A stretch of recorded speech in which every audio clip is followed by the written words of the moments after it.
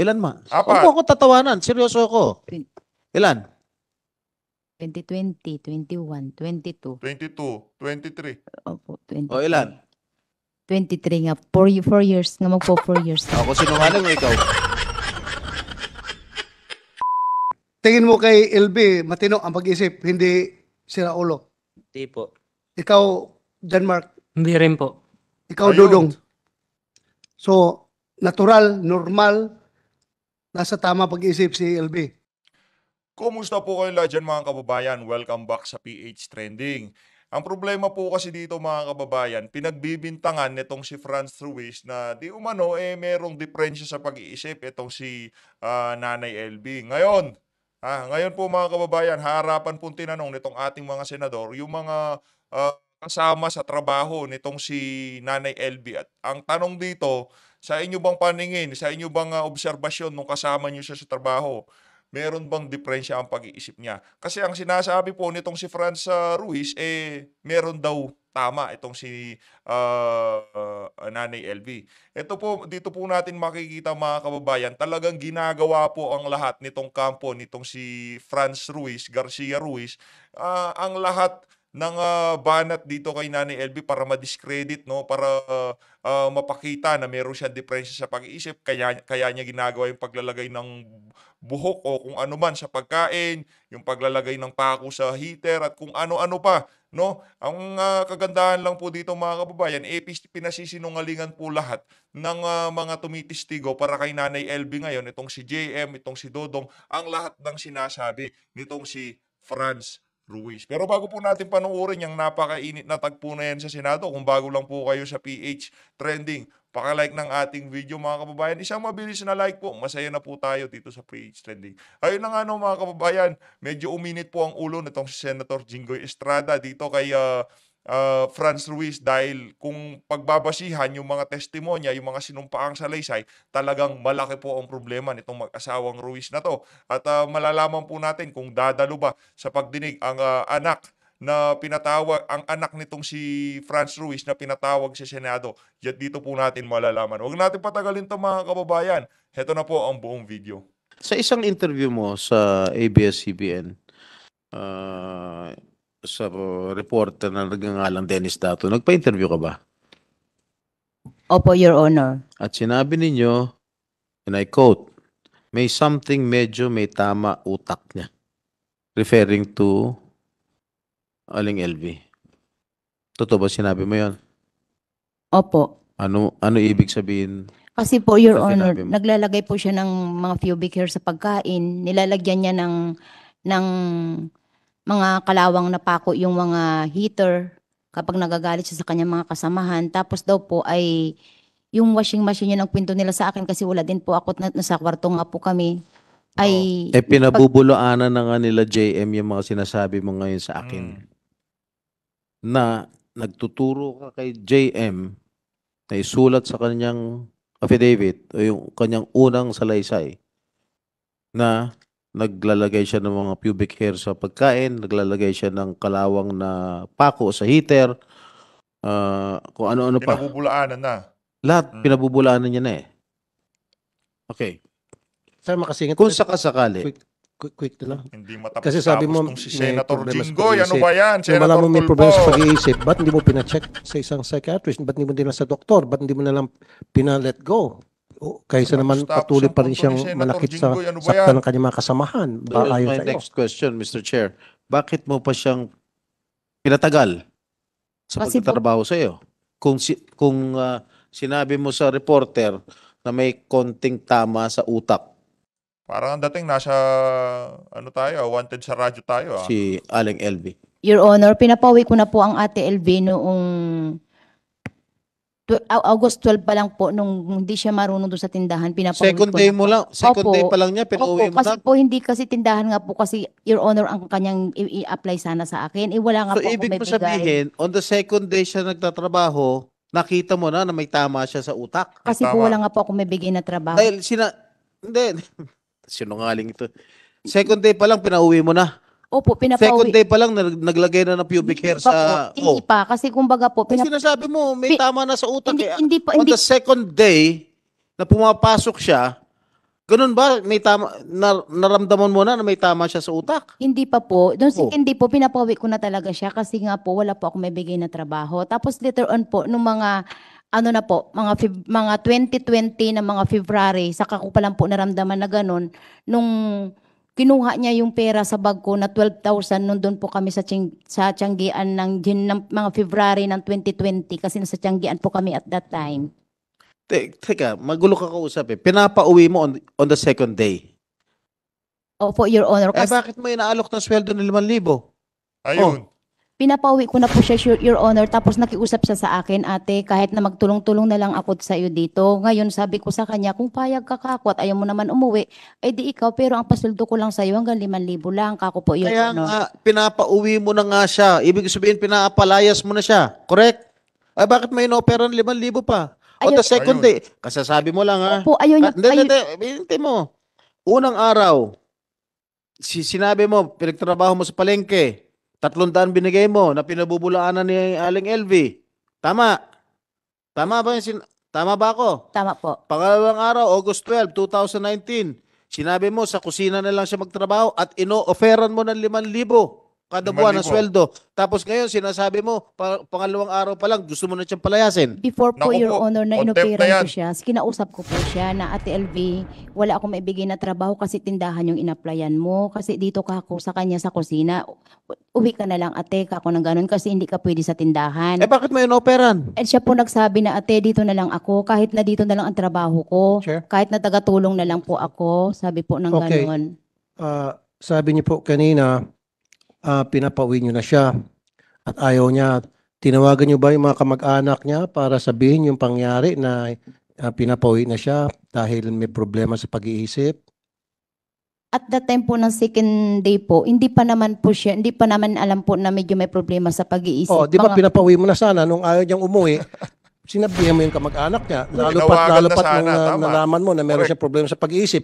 Eh siyempre, cargo mo pa yan. Malay mo kung may ginawa sa sarili niya o may ginawa sa kanyang mga kasamahan. Kasama. Cargo mo. Dapat, ang ginawa mo, sa either pinadoktor mo or Tinawag nung mo pinaalis mo, tama lang yon. Kung ayaw niya umalis, sinabihan mo yung kamag-anak niya Hindi na ko po, para sunduin siya. hindi ko po nasabihan Tama. yung kanyang mga Bakit kamag-anak, mo Your hindi ginawa? Honor. Tapos pangalawa, sabi mo, nagnakaw siya ng 12,000, pinablatter mo ba sa barangay yung pagnakaw? Ayun. Hindi ko po 12,000 pinablata, yun, Your Honor. Bakit hindi? Ang sabi niya na lang po sa akin, ate, ibawas mo na lang sa sweldo ko, te. Sabi niya po sa akin. Kaya binawas ko na lang po sa At sweldo meron bang niya. kasulatan? Wala po, Your Honor. Oh, Ayun. hindi paano namin malaman kung Wow. nagsinungaling ka, kung sabi kang totoo. Dapat pag ganun dokumentado, may pinag-aralan Oo. ka, di ba? Opo. Oh, dapat yun, nung nagnakaw ng 12,000, pumunta kayo sa barangay, pinablatter mo, ito sa anong ginawa mo, and then doon sabihin mo na nagnakaw ito, hindi ko siya ididimanda, pero nagkaregluhan kami, ibabas ko sweldo, pirmahan sa harap ni chairman. Oo. Oh, hindi mo ginawa. Hindi ko po ginawa, Your Oh. Honor. At saka doon pa lang sa pagnanakaw niya, kung totoo man yun, dapat sana tinanggal mo na siya nung nakumpleto niya yung 12,000 na kinaltas doon sa sweldo niya. Kasi hindi mo naman pagkakatiwalaan Nagnakaw na nga Ito talaga. Tapos hindi mo pinagamot, nung malaman mo may problema sa pag-iisip, nung nakiusap sa iyo, pinayagan mo lang, tapos binabaan mo sweldo, pinagsamantalahan mo yung weakness niya. Alam mo may problema sa pag-iisip, alam mo hindi po papalag, kaya binabaan mo yung sweldo, mapagsamantala ka. Hindi ko po yun pinagsamantalan, Your Honor. No, kasi di ba binabaan mo sweldo? Dahil sabi mo, pinapauwi mo, ayaw niya, kaya binabaan mo yung sweldo. Your Honor, ang sweldo at that time po dun sa amin ay 4,500 lang. Ginawa ko pa nga pong 5,000 yung sa kanya, Your Honor. Kasi 2020 po yun, Your Honor. Pero yung sinabi mo kanina na nakita mo may problema sa pag-iisip, naglagay ng pako, naglagay ng pubic hair, etc., doon mo na-determine na may problema sa pag-iisip. Yun po yun talaga na dapat, kung ganon, kung sa akin yun nangyari, kukonsulta ko sa doktor, sasamahan ko sa doktor, and then, depende kung ano sabihin ng doktor, hindi na pwede magtrabaho yan, pauwiin ko na.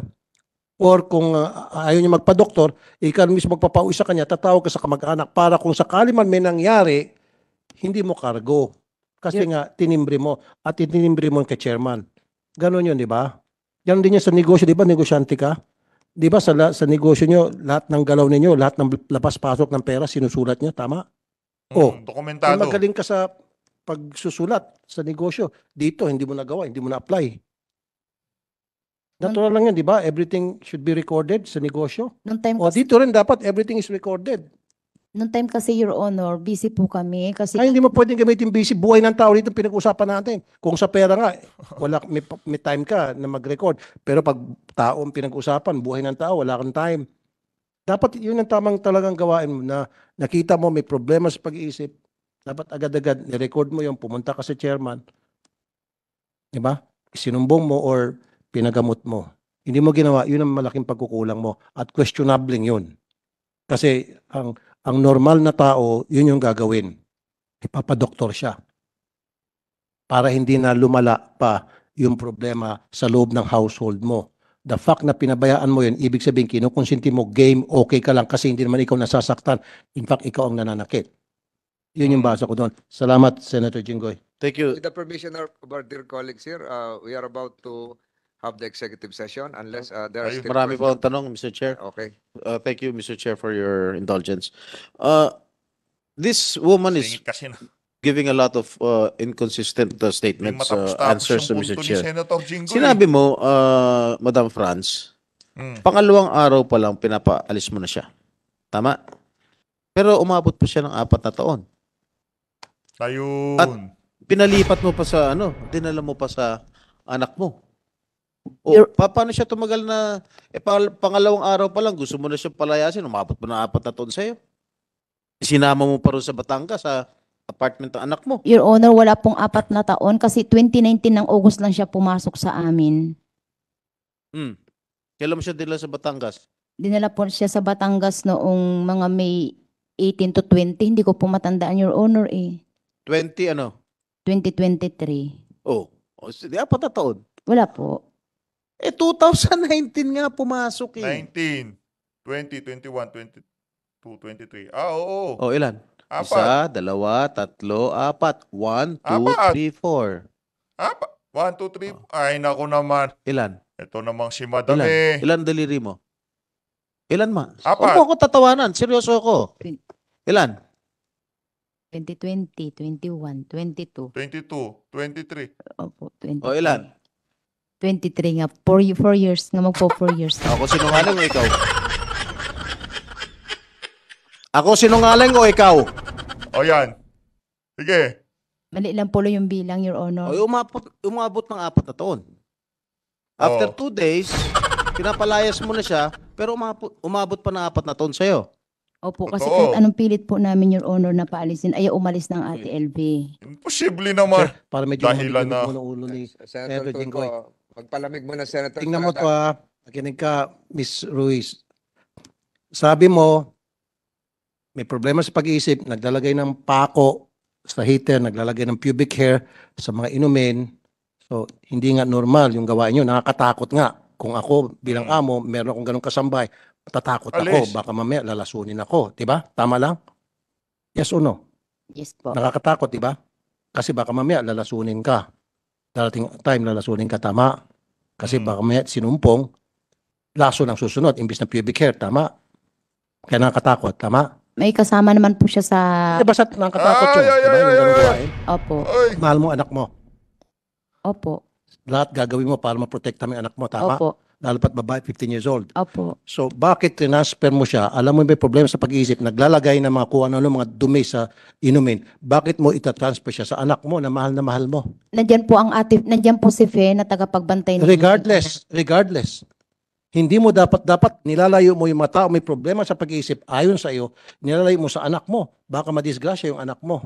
Ang ginawa mo, inilayo mo sa iyo para ilagay sa anak mo. Therefore, hindi totoo yung sinasabi mo. Kasi kung ako may problema sa pag-iisip yung isang kasambay, granting naging magkatulad tayo ng konti sa pag-iisip, hindi ko pa doktor, hindi ko pa uwi. Pero hindi ko itatransfer sa anak ko. Totoo. Ilalayo ko lahat ng Correct. kapahamakan sa anak ko. Matatakot ako. Kasi, Ikaw- Kasi dinala pa. Tinasper mo pa na ayon sa may problema sa pag-iisip. So therefore, nagsisinungaling ka. Ayun. May tiwala po kasi ako kay Fe dahil kasi si Fe po, nung pumasok sa akin, hindi ko man siya nakita. Tiwala Regardless, na po ako. diba, kung yung mga kasamahan nga niya, sabi mo, ayon sa bibig mo, mga kasamahan niya, nilalagyan niyo kung anong klase mga dumi sa pagkain, sa inumin. O, Corner ka na naman hindi dyan. ba pumasok sa isip mo na pwede rin gawin sa anak mo yon? Hindi na po Correct. pumasok sa isip ko, Your Honor, kasi Oh. nandun si Fe. Dahil ang anak ko po napasok ng alas 5 ng umaga. Hindi pwede kasi lahat tayo, mahal natin mga anak natin, especially babae pa. Kaya mo hindi na naisip yun, ibig sabihin, hindi mo naisip sapagkat ikaw ay hindi nagsabi ng totoo. Yun lang yun eh. Marami Yun lang kasi inconsistency, hindi tumutugma-tugma yung mga sinasabi mo. Totoo po. Tapos ngayon, pagmamalaki mo pa na may problema sa pag-iisip, kaya ngayon hindi mo nasabi hindi mo naisip na dapat wag na siya ibigay sa anak mo. Ang daming inconsistency ito, Your Honor. Thank you po, Senator Jinggoy. Sorry. Thank you. She will be undergoing, she voluntarily agreed to undergo a polygraph examination. So, Senator Estrada, meron pa ba? Yes, Before we go into marami an po. executive session? Madam Franz. Senator Jinggoy, Senator with the- Senator De La Rosa, Mr. Chairman, take the with the floor. permission of Senator Go ahead, Jinggoy. go ahead. Isa lang sana, para matuloy-tuloy yung questioning ni Senator Tulfo. Kayong tatlo dyan na witness, obserbahan ba nyo na may pagkabuang-buang ito si LV? Obserbahan ba nyo na parang buang. may sira sa ulo? Wala LV? po. Ha? Di po. Saan si Ring? Sino ka? Patrick, Simbuan, Simbaon. Tingin mo kay LV, matino ang pag-isip, hindi sira ulo. Di po. Ikaw, John Mark, Hindi rin po. ikaw, Ayun. Dodong. So, natural, normal, nasa tama pag-isip si LV. Honest opinion ninyo yan, ha? O hindi kayo kinukuers dito. So, kasalungat yung obserbasyon ninyo sa obserbasyon ng amo ninyo. Oh, thank you. For the record, Mr. Chair. Thank you. Senator Thank you. Jinggoy, thank you. Estrada. Thank you, Mr. Chair, Senator Bato.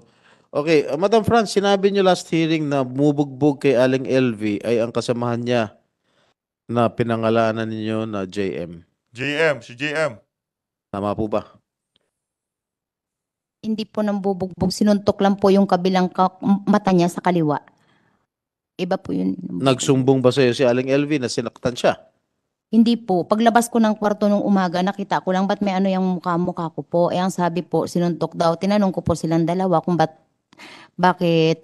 ka ako sinuntok mo naman. Kasi sabi niya, ginamit yung gamit ko, ginamit yung brief ko, ginawang basahan yung mga damit ko. Yun po ang sabi sa akin, Your Honor. JM, sinuntok mo ba?